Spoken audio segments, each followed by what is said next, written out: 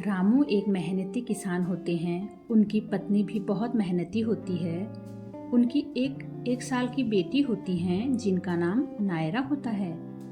एक दिन रामू और उनकी पत्नी खेत में काम कर रहे थे तो अचानक सांप ने उनकी पत्नी को काट दिया और काफ़ी इलाज के बाद भी वह ठीक नहीं हो पाई। उनकी मौत हो गई।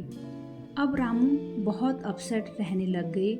वह काफ़ी मेहनत करते थे। परिवार वालों ने उनका कोई साथ नहीं दिया।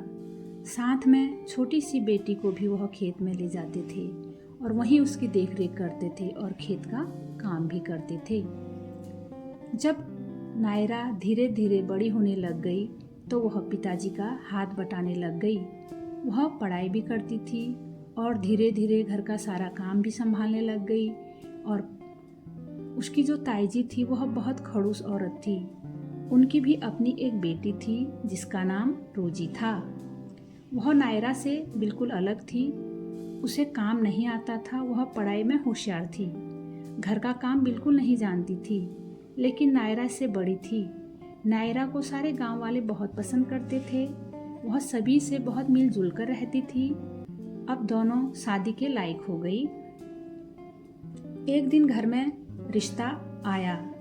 जो भी अच्छा रिश्ता आता, नायरा की ताईजी उसे अपनी लड़की के लिए ही तय करने की सोचती थी। एक और नायरा में कोई ना कोई कमी निकाल देती थी। एक बार तो एक सरकारी नौकरी वाले की वहाँ नायरा की शादी तय हो गई, लेकिन रोजी की मम्मी ने कोई ना कोई बहाना करके वह शादी तुड़वा दी और अपनी बेटी रोजी की शादी वहाँ तय कर दी।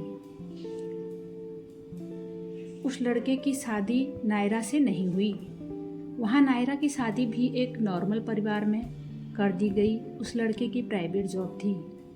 शादी के बाद रोजी के पति को शराब पीने की ऐसी लत लग गई कि वह नौकरी पर जाना ही छोड़ दिए और अपने परिवार में लड़ाई झगड़ा कलेश करने लग गए। वहाँ उनके 2 बच्चे भी हो चुके थे और वहाँ रोजी को मार पिटाई रोज रोज होते देख रोजी ने अपने घर फ़ोन किया और उसके माता पिता उसे ले आए। और उसका पति बाद में अपने घर भी नहीं जाता था। वह गायब होने लग गई। और यहाँ नायरा अपने ससुराल में बहुत खुश रहती थी और उसका पति और ससुराल वाले उसे बहुत प्यार करते थे। इसीलिए कभी भी किसी के लिए गलत सोच नहीं रखनी चाहिए। अगर आपको यह कहानी अच्छी लगे तो लाइक और सब्सक्राइब करें।